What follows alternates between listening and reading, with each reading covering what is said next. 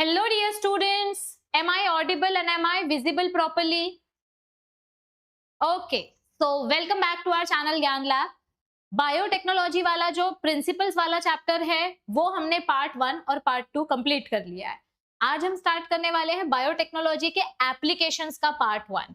ये चैप्टर इतना इंपॉर्टेंट है कि इसमें से 4 से 5 एमसीक्यूज आपको पूछते ही पूछते हैं, इसीलिए हम इस एप्लीकेशंस वाले टॉपिक में से भी 2 पार्ट्स करने वाले हैं, जिसका पार्ट 1 हम अभी स्टार्ट करेंगे। तो सब लोग पहले क्वेश्चन को ध्यान से पढ़ना, उसके बाद अपना आंसर नीचे कमेंट में करना, बिकॉज मैं देख रही हूँ कमेंट सेक्शन में कौन कौन बच्चा आंसर कर रहा है। ठीक है, ओके। तो एप्लीकेशन वाला पार्ट जो है इसके एमसीक्यू स्टार्ट करते हैं। ये रहा अपना फर्स्ट क्वेश्चन। अब इसका ना ईयर भी देखते जाओ, ये क्वेश्चन ना बहुत बार रिपीट हुआ है, बहुत बार रिपीट हुआ है।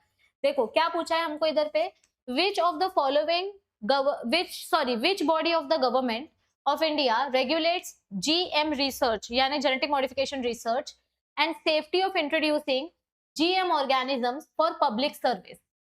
मतलब क्या बोला जा रहा है हमको यहाँ पर, कौन सा ऑर्गेनाइजेशन है जो जेनेटिक इंजीनियरिंग के अप्रूवल्स को लेकर काम करती है और सेफ्टी वगैरह चेक करती है। अब ये महाराष्ट्र बोर्ड के टेक्स्ट बुक में भी है और एनसीईआरटी में भी है, तो ये सभी बच्चों को आना चाहिए आंसर। क्या आएगा क्वेश्चन 1 का answer? Option number A, genetic engineering approval committee, GEAC। आप चाहे इंडियन रेसिडेंट हो चाहे नॉन इंडियन रेसिडेंट हो, जो भी आप जेनेटिक रिसर्च करोगे आपको इस कमिटी का अप्रूवल सबसे पहले लेना पड़ेगा। Use of bio resources by multinational companies and organisations without authorisation from the concerned country is called as dash. मतलब समझो कि किसी नेचुरल रिजर्वॉयर की कोई डिस्कवरी हुई या हमको कुछ पता चला कि नेचर में ये बेनिफिट मिलता है और हमने उस इंफॉर्मेशन को बिना परमिशन के यूज कर लिया। अभी जैसे समझो किसी भी साइंटिस्ट ने या किसी रैंडम लोकल इंसान ने कोई डिस्कवरी की है कि इस पर्टिकुलर प्लांट से एंटी फंगल प्रॉपर्टीज मिलती है। अब आप उस ऑर्गेनाइजेशन या उस इंसान या उस कंट्री के मेंबर से परमिशन लिए बिना आप उस इंफॉर्मेशन को चुरा के अपने नाम से बेचोगे तो ये फ्रॉड हो जाएगा। जैसे मूवी के पायरेटेड कॉपीज निकलते हैं, लोग थिएटर में बैठ के मूवी का पायरेसी बना लेते हैं और फिर उसको सोशल प्लेटफॉर्म पे सेल कर देते हैं या फ्री में दे देते हैं। वैसे ही यहाँ पर भी क्या होता है, मल्टीनेशनल कंपनीज और ऑर्गेनाइजेशंस क्या करती है, जो पुअर कंट्रीज और पुअर नेशंस होते हैं वहां से वो लोगों की नॉलेज को लेकर आते हैं, मतलब लोगों से बहुत सारी नॉलेज जमा करते हैं और फिर उस नॉलेज का गलत फायदा उठाकर वो लोग अपने नाम का ब्रांड बनाकर बेचते हैं। जैसे इंडिया में भी ऐसे बहुत सारे पायरेसी इश्यूज हो चुके हैं, हल्दी का पायरेसी, नीम का पायरेसी, बासमती राइस का पायरेसी। तो ये पायरेसी वाले इश्यूज को हम क्या बोलते हैं? बायो पायरेसी, यानी किसी की परमिशन लिए बिना किसी और की डिस्कवरी को अपने नाम से चुरा कर बेचना। Next, in India the organisation responsible, देखो 2015 में भी आया था ये क्वेश्चन और 2018 में भी आया। कौन सा ऑर्गेनाइजेशन है जो जेनेटिकली मॉडिफाइड ऑर्गेनिजम्स की सेफ्टी को लेकर काम करता है? अब भी जस्ट हमने देखा 2015 में भी था ये एमसीक्यू और 2018 में भी रिपीट हुआ है। Which organization is responsible for genetic modification? बताओ। यस, क्या आएगा यहाँ पे आंसर? कौन सा ऑर्गेनाइजेशन रिस्पॉन्सिबल है? जेनेटिक इंजीनियरिंग अप्रूवल है, अप्रेजल कमिटी नहीं आएगा इधर, अप्रूवल आएगा। ये टाइपिंग मिस्टेक हुई है, approval committee. Okay, GEAC, genetic engineering approval committee. यहाँ पे भी वही था ना? हाँ, ओके। चलो नेक्स्ट क्वेश्चन में बढ़ते हैं। Given below are 2 statements. The Indian government has set up genetic engineering approval committee which will make decisions। देखो 2015 में भी सेम क्वेश्चन आया, 2018 में भी आया, 2024 में भी आया, मतलब इस टॉपिक के ऊपर क्वेश्चन आना ही आना है। The Indian government has set up GEAC which will make decisions regarding the validity of genetically modification research। मतलब GM रिसर्च से रिलेटेड जो भी काम है वो जेनेटिक इंजीनियरिंग अप्रूवल कमिटी करेगी। Biopiracy is the term used to refer the use of bioresources by native people। अभी first वाला स्टेटमेंट करेक्ट है बट सेकेंड वाला स्टेटमेंट गलत है। नेटिव इंसान मतलब कौन होता है? वहां पे जो रहने वाले लोकल रेसिडेंट्स होते हैं उनको नेटिव पीपल बोलते हैं। अभी जैसे मेरे गांव में कोई जड़ी बूटी उगाई जाती है और मुझे उस जड़ी बूटी के बारे में नॉलेज पता है, तो मैं अगर वो नॉलेज यूज कर रही हूँ, मैं वहीं पर रहती हूँ, तो इसको चोरी नहीं बोलेंगे क्योंकि मैं वहीं पर रहती हूँ और मैं अपने ही एरिया का जड़ी बूटी यूज कर रही हूँ। लेकिन अगर मेरे नेटिव एरिया का जड़ी बूटी कोई चुरा कर लेकर जाए और उसका यूज करे तो उसको हम बायोपायरेसी बोलेंगे। अब यहाँ पर क्या बोला है, बायोपायरेसी मतलब क्या होता है, it is used it to refer to the use of bio resources by native people. ये गलत है। अगर कोई लोकल इंसान अपनी ही चीजें यूज कर रहा है तो उसको चोरी थोड़ी बोलेंगे, इट इज नॉट बायोपायरेसी। तो स्टेटमेंट नंबर 1 जो है वो करेक्ट है, बट स्टेटमेंट नंबर 2 जो है वो इनकरेक्ट है। तो इसका आंसर क्या आएगा बच्चों, option number A. Okay, next question, in transgenics expression of transgene in target tissue is determined by dash. बताओ क्या आएगा इसका आंसर। यस, अगर समझो हमने जेनेटिक इंजीनियरिंग की है और हमने रिकॉम्बिनेशन करने की कोशिश की है, तो हमारा जो टारगेट जीन है ये टारगेट टिश्यू में हमारा जीन एक्सप्रेस हुआ या नहीं हुआ, ये हम कैसे पता करते हैं।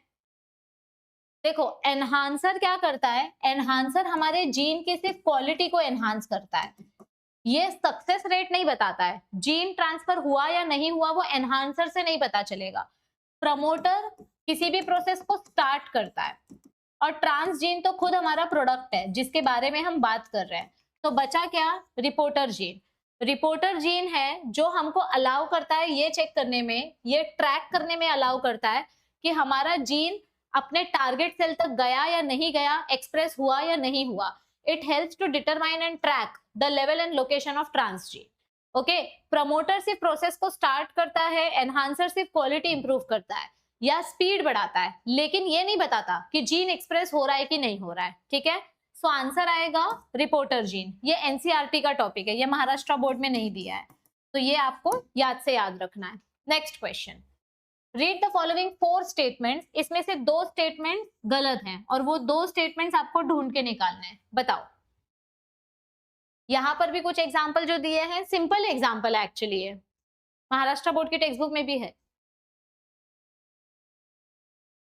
बताओ क्या आएगा यहाँ पे, the first transgenic buffalo Rosie produced milk which was human alpha lactalbumin enriched. ये पहला ही स्टेटमेंट गलत है। Rosie was not a buffalo, she was a cow, तो ये गलत हो गया फर्स्ट स्टेटमेंट। सेकंड स्टेटमेंट देखो, अरे सेकंड स्टेटमेंट देखो, restriction enzymes are used in isolation of DNA from macromolecules, ये गलत है। रेस्ट्रिक्शन एंजाइम की मदद से हम डीएनए को कट करते हैं, डीएनए को सेपरेट नहीं करते। यहां पर हम डीएनए को सिर्फ कट करते हैं, उसको सेपरेट नहीं करते। Downstream processing is a part of R DNA technology, ये करेक्ट है। डिसआर्म्ड पैथोजन यानी कि वीक पैथोजन को भी हम आर डीएनए टेक्नोलॉजी में यूज करते हैं, तो ये भी करेक्ट है। ये 2 स्टेटमेंट्स गलत है, सो आंसर क्या आएगा, ऑप्शन नंबर, ये देखो यहां पर बताया है अपना, रोजी was the cow and restriction enzyme जो होता है वो मॉलिक्यूलर सीजर है, ये डीएनए को कट करता है, डीएनए को आइसोलेट नहीं करता है। डीएनए को आइसोलेट करने के लिए हमारे पास अलग अलग एंजाइम्स हैं। ठीक है, तो यहाँ पर आंसर क्या आएगा, ऑप्शन नंबर डी। ये दोनों स्टेटमेंट्स इनकरेक्ट है, बाकी सारे करेक्ट है। Next, maximum number of existing transgenic animals is of dash. सबसे ज्यादा जेनेटिक इंजीनियरिंग एक्सपेरिमेंट किए हुए ऑर्गेनिजम्स कौन से हैं, जिनमें सबसे ज्यादा एक्सपेरिमेंट हुआ है, फिश, माइस, काउ या पिग। बहुत ही ऑब्वियस सा आंसर है, बहुत सिंपल आंसर है। क्या आएगा यहाँ पे आंसर, फिश है, काउ है, माइस है या पिग है, आंसर इज माइस। माइस तो साइंटिस्ट का फेवरेट लेबोरेटरी एनिमल है ना। ओके, हाँ, रिकॉम्बिनेंट प्रोटीन से रिलेटेड क्वेश्चन आया और ये क्वेश्चन सीईटी में भी आता है, बोर्ड्स में भी आता है, नीट में भी आता है। कौन सा रिकॉम्बिनेंट प्रोटीन क्या काम करता है, ये पहले भी आ चुका है, मैंने आपको इसका एक हिंट भी बताया था। देखो, अल्फा 1 एंटीट्रिप्सिन, तो ये हमारे लंग्स के लिए यूज होता है। ओके, एक आंसर आएगा 3, ये कट कर दो, ये कट कर दो। ये जो CRY1AB है, IAB, ये बी वाला जो जीन है ये कॉर्न बोरर के लिए यूज किया जाता है, फॉर कॉर्न बोरर। और ये जो सी वाला है, this is used for cotton bollworm. Enzyme replacement therapy हम एडीए डेफिशिएंसी के लिए यूज करेंगे। तो ये देखो आंसर क्या आएगा अपना, ऑप्शन नंबर सी। ये दोनों आपको क्वेश्चंस पूछे जाएंगे। हाँ, ये दोनों एग्जांपल्स इंपॉर्टेंट है। इनफैक्ट रिकॉम्बिनेंट प्रोटीन्स वाला जो टॉपिक है वो पूरा ही इंपॉर्टेंट है, उसमें से एक क्वेश्चन आता ही आता है। Next question, the term Humulin is used for dash. ये 2009 में भी आया है और आगे अभी देखोगे कि फिर से ये क्वेश्चन आया है। ह्यूम्यूलिन ये टर्म हम किसके लिए रेफर करते हैं? It is used for human insulin. किसके लिए यूज किया जाता है ये टर्म? ह्यूमन इंसुलिन के लिए। Human insulin is being commercially produced from a transgenic species of dash. अब ये जो ह्यूमन इंसुलिन है ये हम लार्ज स्केल में, अरे यार ये बाल ना, ह्यूमन इंसुलिन जो है ये हम लार्ज स्केल में प्रोड्यूस कर रहे हैं, लार्ज स्केल में इसकी बहुत ज्यादा क्वांटिटी हम प्रोड्यूस कर रहे हैं। तो लार्ज स्केल प्रोडक्शन के लिए हम कौन सा ऑर्गेनिज्म यूज कर रहे हैं वो बताओ मुझे। Which target organism are we using for large scale production of human insulin?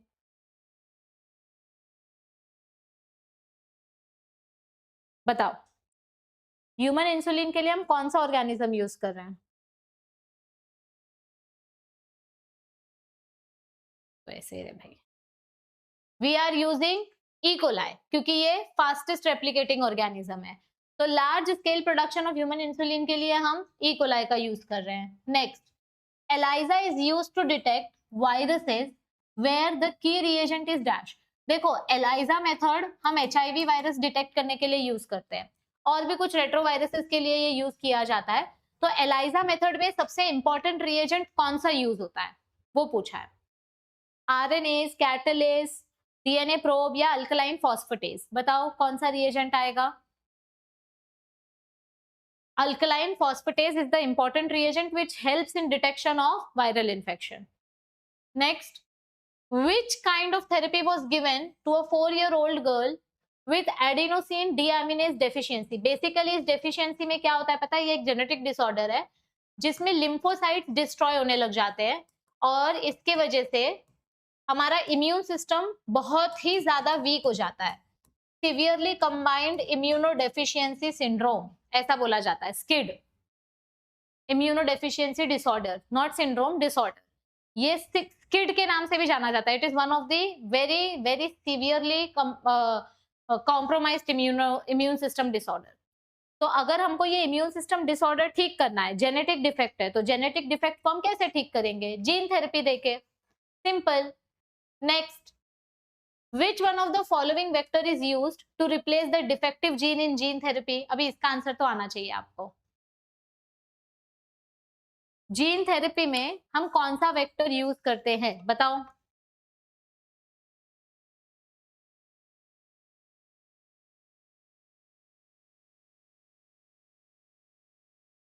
Gene therapy में हम कौन सा वेक्टर यूज करते हैं? We use viral vectors, virosomes use किए जाते हैं, ठीक है। ओके, अब यहाँ पर वापस से आपको कुछ ऑर्गेनिजम्स दिए हैं और उनके कंपैटिबल पेयर को आपको फाइंड आउट करना है। बीटी कॉटन जो कि इंसेक्ट रेजिस्टेंट प्लांट है, ये हमने कहाँ से ऑब्टेन किया है? बैसिलस thuringiensis के स्पोर से। तो ए का आंसर आएगा 4। ये देखो मिल गया आपको आपका आंसर, बाकी सब गलत है। एडिनोसिन डीएमिनेज ये जीन थेरेपी की मदद से ट्रीट किया जाता है। पीसीआर प्रोसेस में हम क्या करते हैं? RNAi cellular defence, PCR process detection of HIV infection. Okay, yes, ये देखो हो गया ना मैच। तो आंसर क्या आएगा आपका? Option number A. First option से ही एक्चुअली अपने को आंसर मिल चुका था। Next question, for effective treatment of disease early diagnosis and understanding its pathophysiology is very important. किसी भी डिजीज को ट्रीट करना है तो उसका अर्ली डायग्नोसिस करना बहुत जरूरी है, वो पहले पता चल जानी चाहिए। जब स्टार्ट होता है इन्फेक्शन तभी पता चल जाना चाहिए। तो उस इन्फेक्शन को पता करने के लिए कौन सा डायग्नोस्टिक टेक्निक सबसे ज्यादा यूज होता है? यानी बीमारी होते ही अगर आपको पता करनी है, अर्ली डिटेक्शन करना है, तो कौन सा मेथड हम यूज करेंगे? Hybridization technique, western blotting, southern blotting या एलाइजा टेक्निक? बताओ। यस, देखो यहां पर आंसर आएगा एलाइजा टेक्निक। बाकी के 3 टेक्निक्स ऐसा नहीं है कि ये यूजफुल नहीं है, these 3 techniques are also very useful. लेकिन प्रॉब्लम क्या है कि ये बहुत ज्यादा टाइम कंज्यूमिंग है, थोड़ी सी एक्सपेंसिव है और रैपिड रिजल्ट नहीं देती है हमको।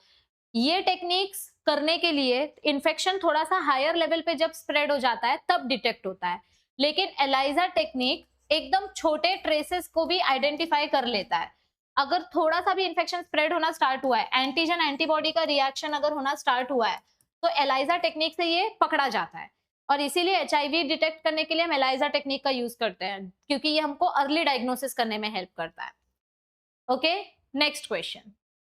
When gene targeting involving gene amplification is attempted in an individual's tissue to treat disease, it is known as dash. मतलब अगर समझो कोई पर्टिकुलर जीन डिफेक्टिव है और उसकी जगह पे मैं दूसरा जीन इंट्रोड्यूस करने की कोशिश कर रही हूँ, तो इस थेरेपी को हम क्या बोलेंगे? अगर एक जीन को निकाल के दूसरा जीन हम लगा रहे हैं, या फिर डिफेक्टिव जीन को रिपेयर कर रहे हैं, या जीन से रिलेटेड कुछ भी ट्रीटमेंट अगर हम दे रहे हैं, तो इसको हम क्या बोलेंगे? Safety testing, biopiracy, molecular diagnosis या जीन थेरेपी? आंसर क्या आएगा यहाँ पे? Gene therapy. Next, in gene therapy of ADA deficiency the patient requires periodic infusion of genetically engineered lymphocytes because dash. ADA deficiency में, यानी कि अगर ये इम्यून सिस्टम वाला डिसऑर्डर आपको हुआ है, तो यहाँ पर हमको बार बार पेशेंट्स को लिम्फोसाइट्स देने पड़ेंगे, बार बार, पीरियोडिक इन्फ्यूजन, यानी कि बार बार, रिपीटेड इन्फ्यूजन। बार बार क्यों देना पड़ेगा? एक ही बार में क्यों नहीं स्टॉप कर सकते? बार बार इसलिए देना पड़ेगा क्योंकि जो WBC सेल्स होते हैं, इनका लाइफ स्पैन कितना होता है? ये जो अपने लिम्फोसाइट सेल्स होते हैं, इनका लाइफ स्पैन होता है 13 से 14 दिन, मैक्स टू मैक्स 21 दिन, यानी कि सिर्फ 2 से 3 हफ्ते तक ही ये WBC सेल सरवाइव कर सकते हैं। अब अगर ये मर गए तो फिर से नया WBC देना पड़ेगा। तो WBC cells immortal cells, immortal cells नहीं है, दे आर नॉट इमॉर्टल। ये जल्दी मर जाते हैं, और मर जाएंगे तो फिर से बॉडी को WBC देना पड़ेगा, क्योंकि ये हमारा डिफेंस मैकेनिज्म है। बिना WBC के हम इन्फेक्शन से फाइट ही नहीं कर सकते। तो पेशेंट्स को बार बार WBC सेल्स देना पड़ता है, क्योंकि ये सेल्स ज्यादा टाइम तक जिंदा नहीं रहते, ये जल्दी मर जाते हैं, तो हमको नया WBC इंट्रोड्यूस करना पड़ता है। तो आंसर आएगा ऑप्शन नंबर डी। अगर हमने पहले ही बोन मैरो में डिफेक्टिव जीन को ही रिप्लेस कर दिया होता, तो हमको बाद में ये ट्रीटमेंट देने की जरूरत नहीं पड़ती। ओके, बार बार ट्रीटमेंट देना पड़ रहा है क्योंकि ये बीमारी लेट पता चली और अब कोई इलाज नहीं है इसका। नेक्स्ट, आपको यहाँ पर अलग अलग ऑप्शंस दिए और उसका करेक्ट पेयर फाइंड आउट करना है। जीन थेरेपी में हम क्या करते हैं? It allows to correct gene defect, एक आंसर 4 आएगा, सब जगह सेम है। आरएनए इंटरफेरेंस क्या करता है? सेलुलर डिफेंस, यस, तो बी का आंसर 3 आएगा। नहीं, ये नहीं, या तो ये है आंसर या तो ये है। एलाइजा टेक्निक क्या करता है? डायग्नोस्टिक टेस्ट फॉर HIV, सी का आंसर 2 आएगा। यहाँ पर ये गलत, तो आंसर मिल गया अपने को। जेल इलेक्ट्रोफोरेसिस DNA सेपरेट करता है, आंसर मिल गया। तो answer is option number C, correct. Next, this is the second last question. Which of the following genetic engineered organisms was used by Eli Lilly to prepare human insulin? 2025 का question है, देखो फिर से repeat हुआ। Human insulin के 3 questions देख लिए हमने। Which of the following engineered organism was used? Scientist का फेवरेट ऑर्गेनिज्म कौन सा है? E coli. ई कोलाई कौन सी कैटेगरी में आता है? ये वायरस है या फाज है या बैक्टीरिया है या ईस्ट है? क्या है ये? It is a bacteria. तो आंसर क्या आएगा? Option number C. And last question, coconut milk is used in tissue culture in which dash is present. जब भी हम प्लांट टिश्यू कल्चर करते हैं, ये हमने चैप्टर नंबर 7 में भी पढ़ा था, महाराष्ट्र बोर्ड की टेक्स्ट बुक में, प्लांट ग्रोथ एंड हॉर्मोन्स वाले चैप्टर में। जब हम प्लांट टिश्यू कल्चर की बात करते हैं तो कोकोनट मिल्क की मदद से एक हार्मोन डिस्कवर हुआ था, जियाटिन, याद है? काइनेटिन। तो वो हार्मोन का दूसरा नाम क्या है? साइटोकाइनिन, यानी कि ये फास्ट सेल डिवीजन करने में हेल्प करता है। तो ये थे हमारे 20 क्वेश्चंस। अब आज हमने जो 20 क्वेश्चंस किए हैं, इनमें से आपके कितने क्वेश्चंस करेक्ट हैं नीचे कमेंट करो, और इसका पार्ट 2 मैं बहुत ही जल्द लेकर आऊंगी। अभी हमारा जो नेक्स्ट सेशन होगा वो कल होगा। कल सुबह हम क्लास 11th का चैप्टर करने वाले हैं। Tomorrow we will start class 11th chapter number 16। Chemical control वाला जो चैप्टर है ना, केमिकल कंट्रोल एंड कोऑर्डिनेशन, वो चैप्टर हम करने वाले हैं। एक 11th एक 12th ऐसा ऑल्टरनेटिव बीच बीच में करेंगे ताकि थोड़ा थोड़ा 11th का भी रिवीजन होते जाए। Okay, all the best everybody. कल के लेक्चर का शेड्यूल मैं सेशन कर दूंगी, तो आप लोग उस पे नोटिफाई मी क्लिक कर देना ताकि जब भी लेक्चर स्टार्ट हो आपको नोटिफिकेशन मिल जाए। और प्लीज प्लीज प्लीज नीट 2027 के लिए जो बच्चे प्रिपेयर कर रहे हैं उनके साथ भी ये चैनल शेयर करो, क्योंकि उनके लिए भी मैं कंटेंट स्टार्ट कर रही हूँ। Okay, all the best, bye bye, see you.